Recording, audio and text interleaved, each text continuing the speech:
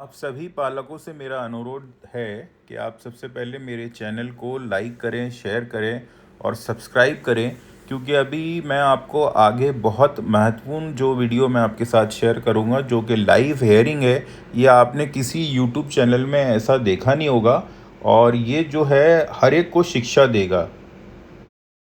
आप सभी पालकों को मैं बताना चाहता हूँ कि आज एक बहुत गंभीर मामला सामने आया है और वो मामला ये है कि स्वामी अवधेशानंद नाम का जो स्कूल है नंदनवन स्थित, इसने किस तरीके से पालकों के साथ विश्वासघात किया है और बच्चों के भविष्य के साथ खिलवाड़ किया है।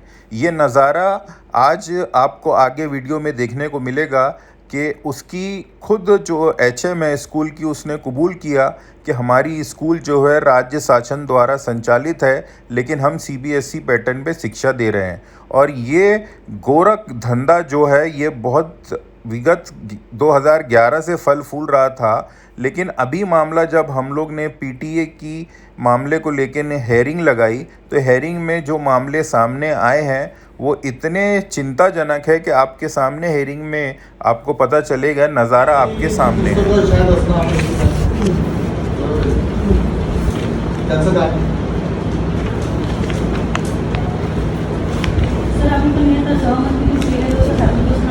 तुम्ही एनसीआरटीची पुस्तकं यूज करत नाहीत का? 7वी पासून करता, त्याच्यापूर्वी नाही. 7वी ते पुढे करता आणि त्याच्या अगोदर मात्र एनसीआरटी नसतात. बघा, तुम्ही प्रायव्हेटची का सुरू करता असा माझा प्रश्न नाही. बरं मेडे सर एक मिनट, नहीं ये उन्हीं का सवाल है। ये नहीं, सीबीएसई है क्या? इन्होंने सीबीएसई बोला है, मैं वो पॉइंट, हाँ उन्होंने सीबीएसई बोला है, तो सीबीएसई का इनका एफिलिएशन है कि यहाँ का? हाँ, तर आमचं म्हणणं असं नाही आहे की तुम्ही इतर प्रकारचं काम लावता. तुझं म्हणणं असं आहे की एससीआरटीचे का यूज करतो?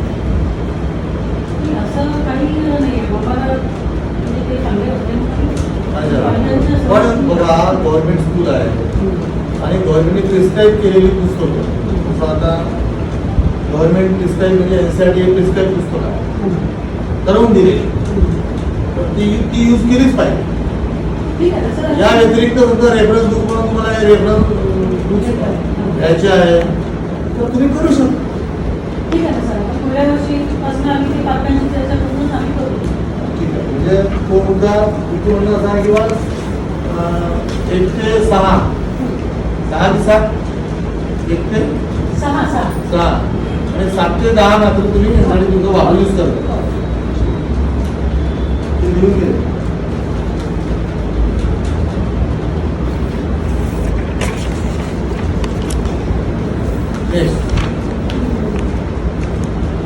प्रयोगशाळा स्वतंत्र खोली, शाळेचे मैदान पॉईंट आहे. त्यामध्ये मला असं स्पष्टीकरण द्यायचं आहे की शाळेत विद्यार्थ्यांना आम्ही अभ्यासक्रमानुसार विविध प्रयोग शिकवतो.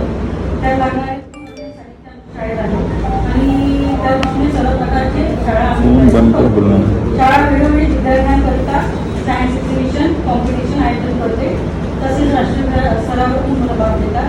विद्यार्थ्यांना सर्व प्रकारचे खेळाचे प्रशिक्षण शाळेच्या बाजूला असलेल्या मैदानात विविध राष्ट्रीय स्तरावर शाळेचे प्रतिनिधित्व केलं जाते.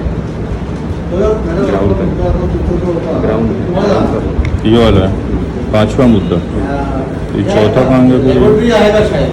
नाही सर, लेबोरेटरी नाही, पण आपल्याकडे ॲपरेटस वगैरे आहे. आम्हाला जेव्हा म्हणजे मुलांना हे राहतो ते जे कठीण प्रॅक्टिकल आहे, प्रात्यक्षिक, ते आम्ही त्यांना करून लागतो. मॅडम, तुमची शाळा तारापर्यंत आहे म्हणजे असं वाक्य विधान करता आधी ते फार डेंजरस आहे. नाही तसं आता आम्ही यावर्षी आम्ही बेसिकलीजमध्ये करणारच होतो. पण आता जसे त्यांचे प्रॉब्लेम आहे कोविडमुळे आमचे पण प्रॉब्लेम आलेले आहे. नाही, ही शाळा ओपनिंग केव्हा आहे? ओपनिंग केव्हा झाली शाळा? ती 2011ची. आता हळूहळू डेव्हलपमेंट चालू आहे. ठीक आहे, म्हणजे यावर्षी याचा अर्थ असा की बघा, लक्षात घ्या हे शाळेला प्रयोग खोली नसणे हे फार मोठी गोष्ट आहे. सर आम्ही त्याच्या प्रोग्रेस करण्यासाठी हे आहे, ह्या वर्षी ते आम्ही करणारच होतो. नाही नाही, मी तुम्हाला जाणीव करून देऊ राहिलो. नाही मला जाणीव असत त्या गोष्टीची. नाही सर, आता फॅक्ट आहे ना सर, आता जसे कोविडमुळे बाकीच्यांना प्रॉब्लेम आहे तर आम्हाला पण प्रॉब्लेम त्या आहे. कोविडमुळे नाही, त्याच्या पूर्वी हं? 11 पासूनचा प्रॉब्लेम आहे ना तो. तर सर आता बॅच पण म्हणून पुढे गेली ना असं. शाळा एस्टॅब्लिश झाल्याबरोबर लॅबोरेटरी पाहिजे. सर आता एबीसी मध्ये आम्ही करणार आता येईल. आता लगेचच करू, येईल. काही प्रॉब्लेम नाही. ठीक आहे. त्यानंतर तुम्हाला ग्राउंड नाही आहे शाळेत ग्राउंड. ग्राउंड आहे सर, असं खूप मोठं नाही आहे. पण आम्हाला ग्राउंड आहे, मी त्याला ॲक्टिव्हिटीचे हे पण लावलेले आहे. आणि आम्ही सर शाळेच्या एक्सटेन्शनसाठी 3 एकर जागा घेतली आहे. तिथे आम्ही पूर्ण नवीन हे करतात. जागा कसं आहे, नागपूर सिटीमध्ये आपल्याला माहीत आहे जागेचा सुद्धा प्रॉब्लेम असतो, म्हणून आम्ही शाळेसाठी एक्सटेन्शन केलं आहे. 3 एकर जागा घेतली आहे, तिथे डेव्हलपमेंट चालू आहे. ती दुसरीकडे असेल. जास्त दूर नाही, तिथून एक 8-10 किलोमीटरच्या अंतरावर आहे. आणि तिथं प्लेग्राऊंड सगळं पूर्ण आम्ही डेव्हलपमेंट करायला चालू आहे. म्हणजे सद्यस्थिती जी आहे तिथे तुम्हाला प्लेग्राऊंड छोटा आहे. आहे पण छोटा आहे सर. आणि त्यासाठी पण आम्ही बाजूचं जे ग्राउंड आहे तिथे आमच्या हे होतो, आमचे स्पोर्ट्स वीक होतो. आणि तिथे आम्ही मुलांना नेऊन स्पोर्ट्स वीक होते सगळं करत होतो. ऍक्टिव्हिटी सगळ्या करत आहे. व स्पोर्ट्स ऍक्टिव्हिटीज बाजूच्या दुसऱ्या ग्राउंडमध्ये घेत असतो. तर मी फोटो लावलेले आहेत. ठीक आहे, मी बघतो ना. आपण तुम्ही थोडक्यात तुम्ही मला सांगत आहे ना म्हणून मी विचारलं. अदरवाईज तुमचं लेखी म्हणजे आहे. नेक्स्ट मुद्दा.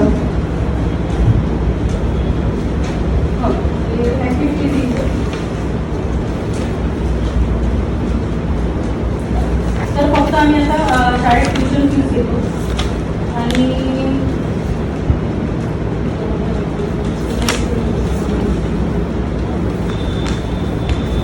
शाळेत जे वार्षिक स्नेह संमेलन होते, शैक्षणिक सहकारी विभाग जे मॅगझिन असते ते आम्ही साप्ताहिक देऊन करतात. त्यानंतर डिजिटल शिक्षण आणि ऑलिम्पियाड परीक्षा यासाठी याच्यात गेले. ट्युशन फी व्यतिरिक्त आम्ही कुठलीच फी आकारत नाही. तेव्हापासून सुरुवातीपासून नाही ना, ॲक्टिव्हिटी घेतली. मागल्या 2 वर्षापासून आम्ही ॲक्टिव्हिटी घेतलेलीच नाही, कारण आता काही होतच नाही आहे. त्याच्यामुळे घेण्यात आली नाही. तुम्ही तुमचं फी स्ट्रक्चर आणलं आहे का? माहित आहे का किती घेता? किती घेता हे माहित आहे? अकाउंटंट आहे म्हणून सर बाहेर अकाउंटंट आहे. चालेल, तुम्ही त्याला मागून ठेवा. पण फी स्ट्रक्चर जर असेल तर बोलवून ठेवा. 2 मिनिटं. ठीक आहे. हां, तर त्याचं असं म्हणणं आहे की आम्ही ॲक्टिव्हिटी मागील 2 वर्षापूर्वी केवळ ट्युशन फी घेत फी स्ट्रक्चर बाबत विचारणा केली असता सादर करण्यात येईल असं सांगितलं.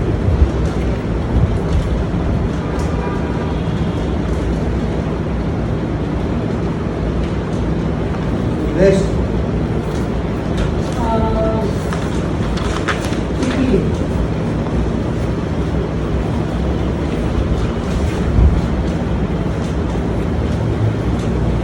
शिक्षक पालक संघाची पण स्थापना आम्ही लक्ष्मी महाराजांनी केलेली आहे सर. त्यात अनुसूचित जाती जमाती सदस्यांना समाविष्ट केलेले आहे. त्यांच्या आम्ही नियमित सभा पण घेतलेल्या आहेत. आणि सरकार जे आहे मेरिट्स ते पण आम्ही लावलेले आहेत. पण आता हे शैक्षणिक सत्र जे 21-22 होतं या भावामुळे आम्ही शाळेची PTA प्रति करणे आता आमची बाकी या वर्षी तुम्हाला ते एक्झाम्प्टेड पण आहे खालच्याकडून सुद्धा. हां, ती आम्ही आता लवकरात लवकर ती गठीत करून पण मागच्या वर्षापूर्वीपर्यंत आहे का? यापूर्वी या वर्षापूर्वीपासून पर्यंत आहे हो का? आहे ना सर. 20-21 की बरं, तुम्हाला ते माहिती आहे का की महाराष्ट्र शैक्षणिक संस्था शुल्क अधिनियम 2011 हा कायदा माहिती आहे का? मला शंका आहे म्हणून मी विचारतो नाही ना. त्याच्यामध्ये PTA, EPTA याबाबत डिटेल्स दिलेली आहे. तुम्हाला नसेल माहीत तर आमच्याकडून घेऊन या, आम्ही देतो. हां. आणि त्यानुसार करावं लागते. म्हणजे ते सत्र आरंभाच्या एक वेळा बिफोर प्रोड्यूस करणे, 3 दिवसाच्या, त्यानंतर मग त्यांची PTA म्हणजे सर्व विद्यार्थी विद्यार्थ्यांचे पालक हे त्याचे सदस्य असतात. त्यांच्या संमतीने क्लास वाईज तुम्ही त्यांचा एक प्रतिनिधी निवडता. ते प्रतिनिधी क्लास वाईज निवडल्यानंतर PTAचं फॉर्मेशन होते. त्याला कार्यकारी समिती म्हणतात.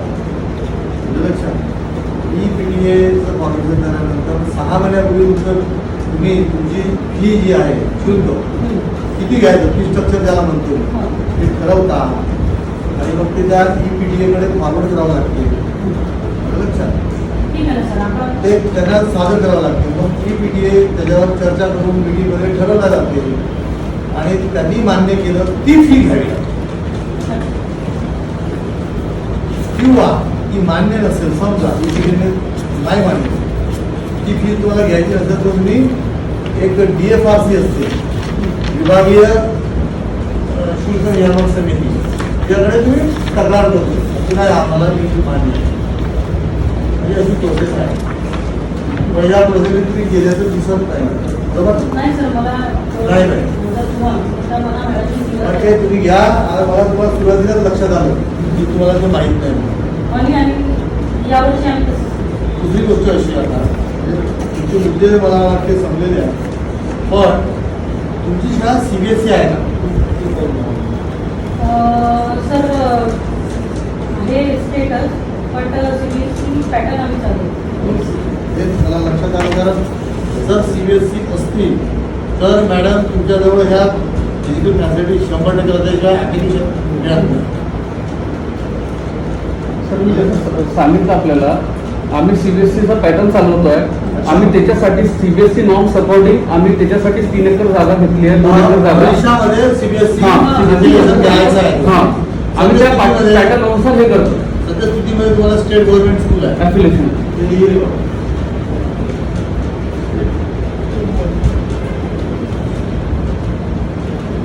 मग तुम्हाला CBSEच्या किंवा NCERTच्या पुस्तकांचा आग्रह नाही हो मॅडम. तरी पण सर आम्ही घेऊ. आम्ही जो पॅटर्न चालवतो ते घ्यायला आम्ही तयार आहे. आम्ही 7वी पासून घेतो. पण जोपर्यंत CBSEचं ॲप्लिकेशन मिळत नाही हो तोपर्यंत CBSEचा अभ्यासक्रम राबवण्याची आवश्यकता नाही. लक्षात. स्टेट गव्हर्नमेंट स्कूल आहे, स्टेट गव्हर्नमेंट करिकुलम स्कूल आहे. 1st to 10th में लिखिए ना आपके भाई, जब उन्होंने बोला कि 1ली से 10वीं तक वो CBSE पैटर्न से स्कूल चला रहे हैं, ठीक है, उन्होंने ये भी बोला कि उनके पास बच्चे 1036 है, ठीक है. अब उनको रिकॉग्नाइजेशन 1ली से 8वीं तक मिल रहा है और वो भी खत्म हो चुका है उनका. केली.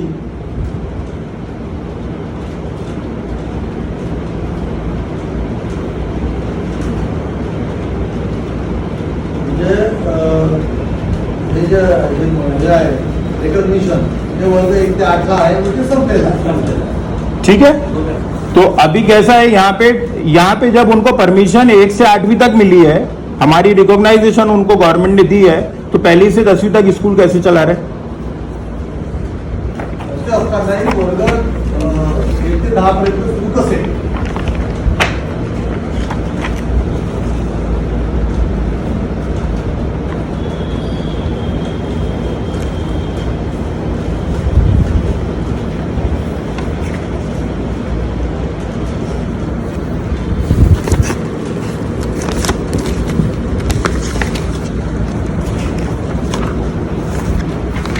हो गया.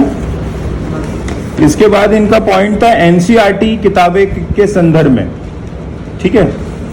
सबसे पहली चीज कि ये NCERT किताबें पढ़ाने का तो सब्जेक्ट ही नहीं आता यहां, क्योंकि इनके पास CBSE की मान्यता नहीं है. एक चीज.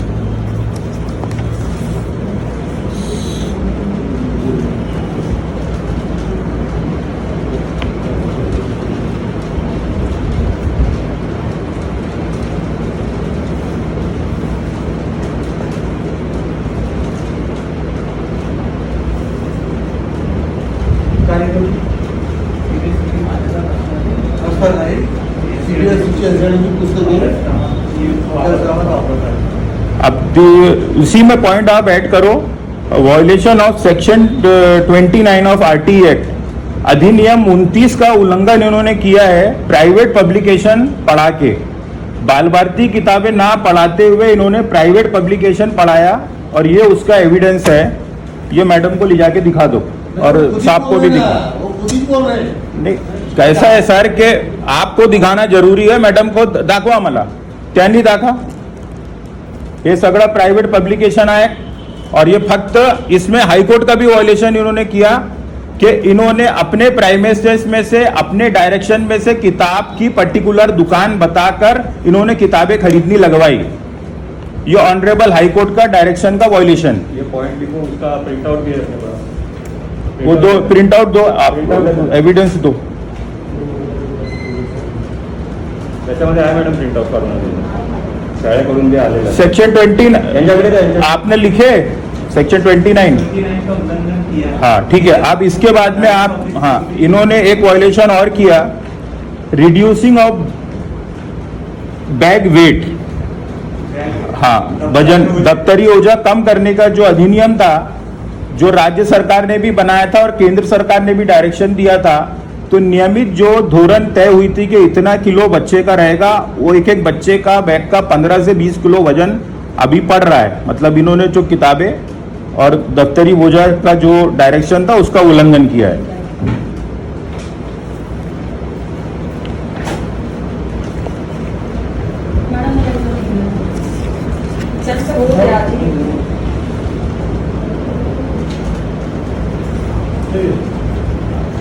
ठीक है, बड़ा साहब आपको तो पता ही होगा दफ्तरी ओझा का, मालूम हाँ, और इनका सीधा सीधा वायलेशन है। ना, है बिल्कुल है, उसमें क्या। ठीक है, हाँ नहीं एक मिनट। अभी लिखा आपने पॉइंट। अभी मैं इनके एक्टिविटी फीस पे आता हूं। इन्होंने एक्टिविटी फीस बच्चों से ली। अब इनका फीस स्ट्रक्चर क्या है? नहीं तो बिना फीस स्ट्रक्चर के स्कूल कैसे चल रही है? नहीं सर वैसा नहीं है। देखिए सर, आप एक चीज के लिए उनको कंसीडर कर सकते हैं, बट हाउ इट्स पॉसिबल कि school is running without fees structure? ऐसा नहीं है। नहीं, ऐसा बोलने से नहीं होता ना। अपन ने हेयरिंग रख ना, हम आपको कागज रख के बात कर रहे हैं ना। ठीक है ना। नहीं ठीक है कि बात नहीं है। जब नहीं है तो नहीं है, उसमें लिखो ना आपके उनके पास नहीं है करके। अरे आप लिखे अपने नहीं अभी मैं बोल रहा हूँ कि उनके पास फीस स्ट्रक्चर नहीं है। हाँ, तुम्हारा कहना ना, ठीक है, लिखो ये तुम्हारा कहना लिखते हो, उसमें क्या? तुम्हारा बयान दर्ज करना ही है हमको। देखो सर कैसा है, मैं तो ये हेयरिंग लेके मैं सीधा दिल्ली एनसीपीसीआर में केस लगवाऊंगा मैं अगर यहाँ से नहीं हुआ। क्योंकि देखो सर कैसा है, मैं लॉ के हिसाब से बात कर रहा हूँ। What law says I am saying and what's RT act says I am saying. बराबर है, वही बताओ। ठीक है, एक्टिविटी फीस जो है इन्होंने जो ली है वो किस आधार पे ली?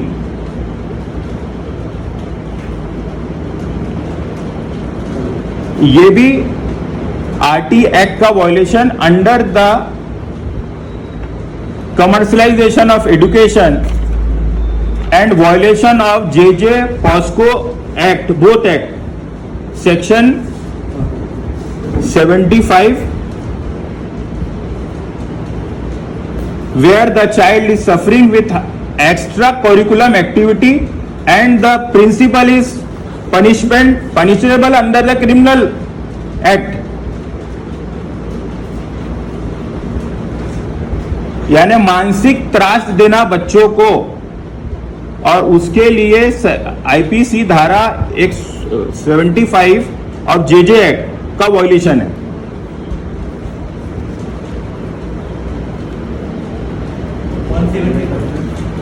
नहीं 75 सिर्फ 75 धारा 75 जे एक्ट के तहत। उसमें यदि आप एक्टिव देखो, आरटी एक्ट में पहली से 5वीं तक एक्टिविटी अलाउड नहीं है।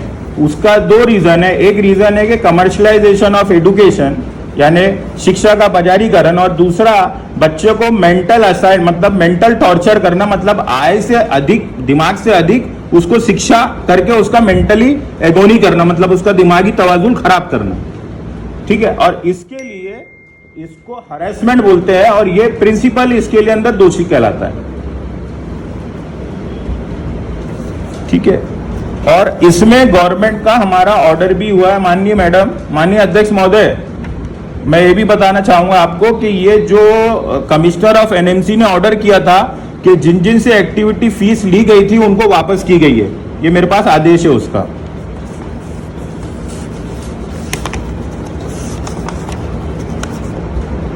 इसके बाद इन्होंने एक्टिविटी फीस के लिए इन्होंने बोला कि हमने क्या नाम से अलग अलग इसमें अपना कंप्यूटर पढ़ाते हैं या जो भी करते हैं, तो इन्होंने उसकी परवानगी ली है क्या? हो रहा है ना ये जो हो रहा है, नहीं वही उन्होंने बोला ना, जो उन्होंने बोला अपन उसी का कंप्लाइंस मांग रहे हैं कि उन्होंने ये बोला कि हमने एक्टिविटी फीस में ये किया है, तो वो किया है तो उसकी परवानगी ली क्या? जो नियम में प्रोविजन है वो। हाँ नहीं सभी, एक मिनट। फिर अभी इन्होंने एक ये बोला है कि इनका पीटीए जो है, पीटीए है नहीं। जब पीटीए नहीं है तो ये क्या है फिर? ये इन्होंने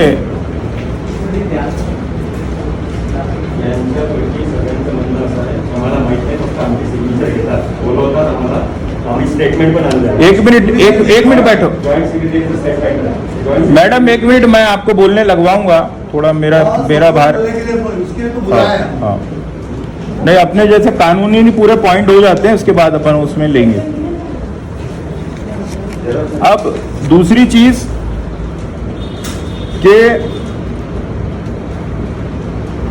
आरटी एक्ट्स की जो एनओसी जो इनके पास है, आरटी एक्ट में जो एनओसी लगती हैं, इनके पास में child safety committee,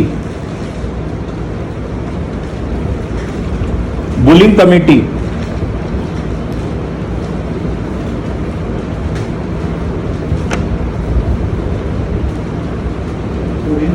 bullying committee होती है बच्चों को छेड़छाड़ करने वाली, जिससे मेंटल ट्रॉमा अभी जो चल रहा है।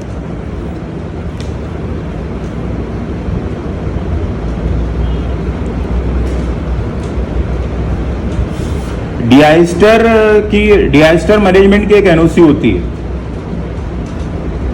क्योंकि इनकी स्कूल की बिल्डिंग बनी हुई है, उसके अंदर डिजास्टर मैनेजमेंट के एनओसी लगता है। ठीक है, अब दूसरा पॉइंट इनका मैं आता हूं कि जैसे ये पीटीए की बात कर रहे हैं, तो ये पीटीए का ये लीगल क्या है? जब आपका पीटीए का 2014 का जो अधिनियम है, उसमें जब तक आपके पीटीए की ऑफिशियली सदस्यता ही नहीं होगी, तो ये पीटीए मान्य कैसे? ये हमको मानी नहीं है पीटीए।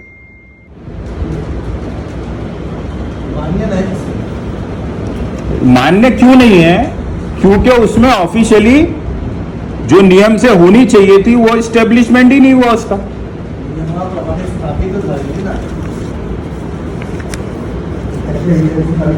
नहीं एक मिनिट, त्यांनीच माहिती मान्य केलं ते, तुम्ही एव्हिडन्स दिलं तर द्या, त्यांनीच मान्य केलं। तुम्ही जे सांगता ना, ठीक है ना? ते सांगा। तो उसमें जो बाइफरकेशंस जो आने चाहिए थे वो उसमें आए नहीं। ठीक है, अब इसके बाद में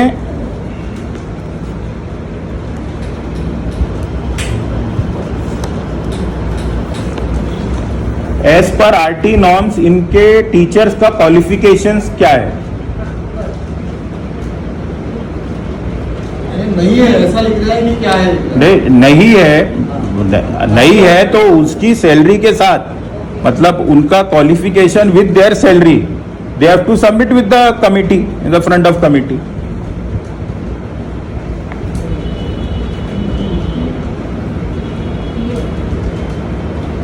और इनकी बैलेंस शीट। हाँ, स्कूल की बैलेंस शीट, क्योंकि इन्होंने अनअप्रोप्रिएट फंड पेरेंट्स से कलेक्शन किया है कि जिसका पर्ची दिया नहीं और पैसे लिए। म्हणजे असं आहे की फी घेतलेली असून पावती दिलेली, त्यामुळे प्रत्यक्ष फी पेक्षा जास्त शुल्क गोळा केले, पावती दिलेली नाही। और बैंकिंग एज पर नॉर्म्स के गवर्नमेंट ने, रिजर्व बैंक के डायरेक्शंस है, फाइनेंस मिनिस्ट्री के डायरेक्शंस है कि ट्रांजैक्शन विद द पेरेंट्स जो है वो ऑफिशियली विद द चेक और इलेक्ट्रॉनिक मूवमेंट इसमें होना चाहिए। वो किसी भी मद में जाए, इन एनी कोई भी मद हो, चाहे वो एक्टिविटी फीस ले या जो भी ले, उसका ट्रांजैक्शन ऑफिशियली इसमें होना चाहिए।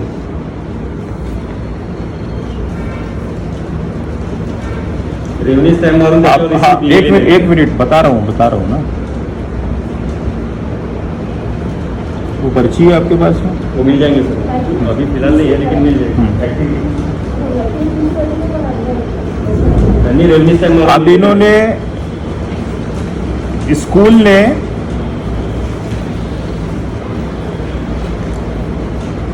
फाइनेंशियली ट्रांजैक्शन में रिसीप्ट दिया और ये रिसीप्ट दिया 5,000 रुपए की। इसमें वो revenue stamp- अब इसके अंदर में स्टैम्प भी नहीं है और इसका कोई ट्रांजैक्शन नहीं है officially, and this is a directly violation of finance act, और ये टैक्सेशन की चोरी, हम इसको ये कहेंगे हमारी लैंग्वेज में। और ये चैरिटी कमिश्नर में भी वॉयलेशन है। इसकी मैं कंप्लेंट चैरिटी कमिश्नर भी फाइल करूंगा, क्योंकि charity commissioner is doesn't allowed this type of receipt as per law.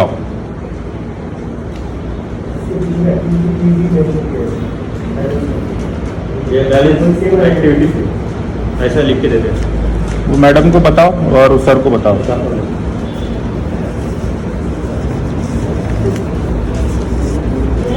Activity फीचं bifurcation पण नाही सर। रेकॉर्डिंग उद्या पण तुम्ही लिखित स्वरूपात आम्ही देऊ शकतो।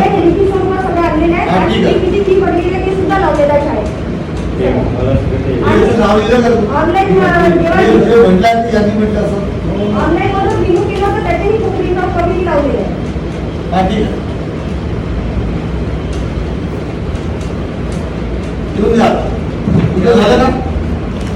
अच्छा, इसमें एक चीज आप ऐड कर लो कि जब तक इनकी नई पीटीए स्थापित नहीं होती, जो नहीं मेरे इसमें ऐड करो आप, कि जब तक इनकी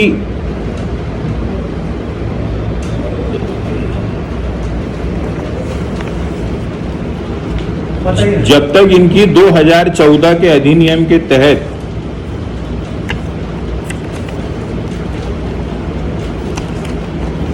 पीटीए स्थापित नहीं होती, तो फीस जो भी है वो वैध मानी नहीं जाएगी। पहले वो पीटीए में बैलेंस शीट के साथ per capita income RT norm के तहत फीस को डिसाइड करे, उसके बाद ही वो फीस को माना जाएगा। तैयार किया होगा पैटर्न कि भाई आप हम ये पढ़ाने वाले हैं, जो फिजिकल एजुकेशन में होता है वो ऑनलाइन में भी हुआ होगा, तो उसका आएगा, नहीं आएगा तो नहीं आएगा बस। किसी की टीसी नहीं, पेरेंट के इसमें कि टीसी कोई विड्रॉल करना चाहता तो उसको रोक नहीं सकते आप।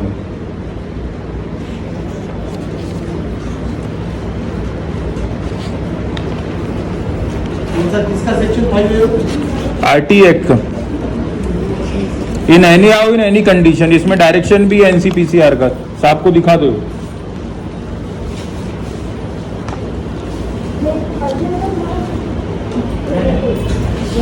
डायरी घेऊ का मॅडम? डायरी त्यांच्याकडे त्याचं नाही घेत आपण। नहीं, वो कोई तरीके से रोक लगेगी नहीं ना। मसला तो वही है कि कोई भी तरह, अभी फीस भरने का ही नहीं है जब तक ये आता नहीं, और कोई शिक्षा रोकेंगे नहीं। ठीक है मेडे साहब, मैडम, तो अभी क्या जो यथावत स्थिति, ते कामाचं आहे ते हो. आपकी इनका फीस इसका कोई अभी चैप्टर नहीं रहेगा जब तक अपना ये निर्णय नहीं होता. ठीक है मेरे साहब. हा, yes. हाँ चलो. हा, काय hearing मध्ये और इसका आप अहवाल जो है हमारे को ठीक. मिलेंगे ना सर. हाँ हाँ मिलेंगे.